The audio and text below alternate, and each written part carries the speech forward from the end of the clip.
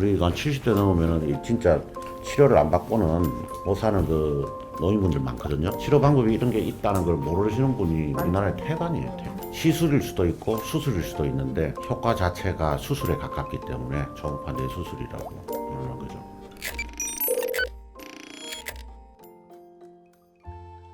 수전증이라는 게 원래 이제 젊어서는 잘 나타나지 않고 60세 이상에서는 보통 평균적으로 한 전 인구의 5% 정도 된다고 봅니다. 꽤 많죠. 70대, 80대 되면은 점점 늘어요. 7%, 8% 이렇게 늘어나는데 이제 손떨림이라는 거는 이제 우리가 보통 일상생활에 조금 떨어도 참고 지내거든요. 사회생활 못할 정도는 아닌데 그렇지만 이게 점점 심해지면은 예를 들어 글 쓰는데 글이 잘 안 쓰여진다든가 아니면 우리 식사할 때 뭐 숟가락이 떨어진다거나 물을 혼자 못 마시거나 그 정도가 되면은 치료를 받을 수밖에 없어요. 생존에 문제가 되니까. 그런데 이제 수전증은 약이 별로 없고 약에 잘 안 듣고 또 점점 심해지면은 약이 더욱더 안 듣고 그러면 뭔가를 해야 되는데 지금까지는 뇌수술이거든요. 심부 뇌 자극술. 뇌에다가 전극을 심고 가슴에 배터리를 연결해 가지고 자극을 하는 겁니다. 그러면 효과는 굉장히 좋아요. 근데 문제는 그게 이제 수술이니까 수술에 따른 위험성이 항상 있죠. 그 다음에 이제 수술을 못 받는 분이 있어요. 예를 들어서 심장에 문제가 있다거나 혹은 뇌경색이나 심근경색으로 항혈소 판제를 먹는 분들은 이 뇌출혈의 위험이 크니까 수술을 못 받게 되죠. 그러면은 더 이상 방법이 없는 거죠. 그런데 이제 사회가 점점 초고령 사회로 가기 때문에 수전증이 심각한 노인분들이 참 많아졌어요. 그런 경우에 신부 뇌자극술도 안 되고 생존이 힘들어지고 할 경우에는 이제 아주 좋은 방법이 나온 거죠. 초음파 뇌수술. 환자가 의자에 앉아가지고 머리에 딱 고정하는 틀을 써요. 그래가지고 MRI실에 누워 있는 겁니다. 보통 MRI하고 다른 게 그 초음파 뇌수술을 하는 장비가 있어요. 그래서 MRI를 한 서너 번 찍으면서 MRI에서 나오는 그 좌표로 집중적으로 이제 초음파를 쬐면 수전증을 유발하는 그 뇌조직 일부가 타게 되는 거죠. MRI실 들어가서 한번 초음파를 쬐고 나서 글 쓰는 거 다 확인해요. 글 쓰는 거, 물컵이 이렇게 드는 게 얼마나 좋아지는지 한번 확인하고 여러 번 초음파를 쪼아야 돼요. 10번에서 20번. 그래서 이제 수전증이 고쳐지는 겁니다. 더 이상 수술이 필요가 없어요. 그날 하루에 그걸로 끝나고 효과는 상당히 좋은 걸로 되어 있습니다. 초음파 뇌수술을 받을 수 있는 조건이 있어요. 두개골이 너무 두꺼운 분도 안 되고 또 두개골의 이제 그 두께에 그 밀도 차이가 많은 분도 안 돼요. 그래서 우리가 검사를 해보면 초음파 뇌수술을 원하는 수전증 환자분들의 한 50% 정도, 반 정도가 초음파 뇌수술이 가능하다. 통계적으로 그렇게 보고 있죠. 그래서 가능한 그 50%의 환자분들은 하면 되게 효과가 좋아요.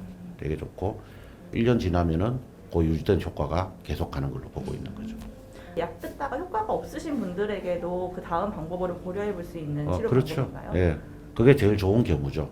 약 효과가 처음부터 없는 분도 있고 뭐 처음에 효과가 있다가 수전증이 심해질수록 없어지는 분도 있어요. 두 경우 다 좋은데 대부분의 경우 약으로 좀 견디시다가 안 될 때 이제 이 치료를 받게 되는 분들이 제일 많죠.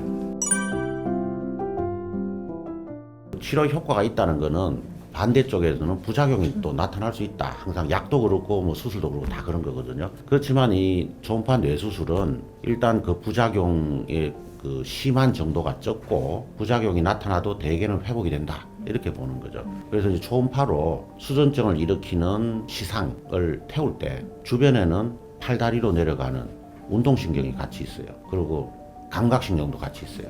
이게 좀 같이 타면 혹은 이제 우리가 초음파 시술을 하면서 주변에 뇌가 좀 붓잖아요. 그래서 감각신경, 운동신경이 영향을 받으면 일시적으로 힘의 마비가 온다거나 감각이 둔해진다거나 어지럽다거나 그런 게 생길 수 있죠. 그렇지만은 우리가 논문이나 통계를 보면 1년 내로 대개 다 문제없이 회복이 된다. 이렇게 보고 있습니다. 수전증 환자가 사실은 그 1차 치료 대상이고 파킨슨 병은 상당히 예외적으로 할 수 있죠. 여러 가지 파킨슨 증세 중에 손떨림이 아주 심한 분, 그런 분은 이제 이 초음파 뇌수술로 손떨림만 좀 줄여줄 수가 있고, 혹은 파킨슨 병인데 신부 뇌 자극술을 받으셔야 되는데 너무 고령이고, 혹은 뭐 수술 받을 수 없는 그런 조건인 분들은 수전증이라 좀 줄여주자. 아니면은 다른 곳을 좀 이렇게 초음파로 태워가지고 몸이 딱딱하게 굳는 거 혹은 약에 의해서 이상 운동이 나타나는 약물 부작용이 있는 파킨슨병의 증세를 조금 줄여줄 수 있어요. 그렇지만 아주 예외적이죠. 이제 우리가 파킨슨병하고 수전증 환자분이 제일 많이 치료를 받고 있는 병원인데, 그래서 그 일반적인 치료에 대한 노하우가 경험이 제일 많은 거죠. 그리고 이제 수전증에 대해서 신부 뇌자극술은 꾸준히 수술을 해왔었어요. 그래서 수술할 때 어디에다가 전극을 심느냐 이거 하고, 초음파 뇌 수술할 때 어느 곳을 초음파로 태우느냐, 이게 사실은 그 좌표는 같거든요. 그러나 이제 환자의 그 뇌 조건이 초음파를 이렇게 쬐는데 열이 잘 안 올라가는 경우도 있어요. 그러니까 수술을 많이 해보고 수전증 환자분을 많이 본 우리 병원에서, 뭐 우리 자랑은 아니지만 우리 병원이 제일 치료 결과가 앞으로 좋지 않을까 그런 생각을 하고 있습니다.